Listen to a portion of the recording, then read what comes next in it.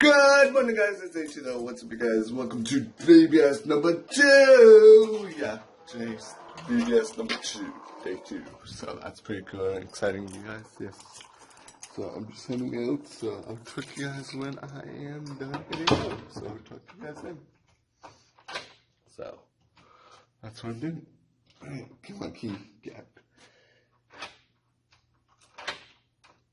There we go. I got the key out, you guys.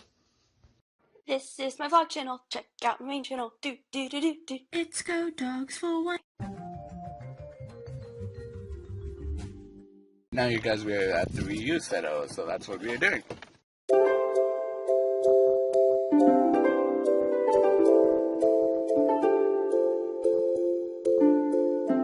I got home and I'm being lazy today, you guys.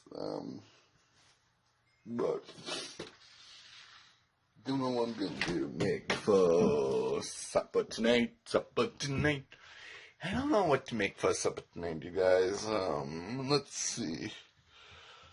We could make, let's make salmon loaf. That's what I'm gonna do.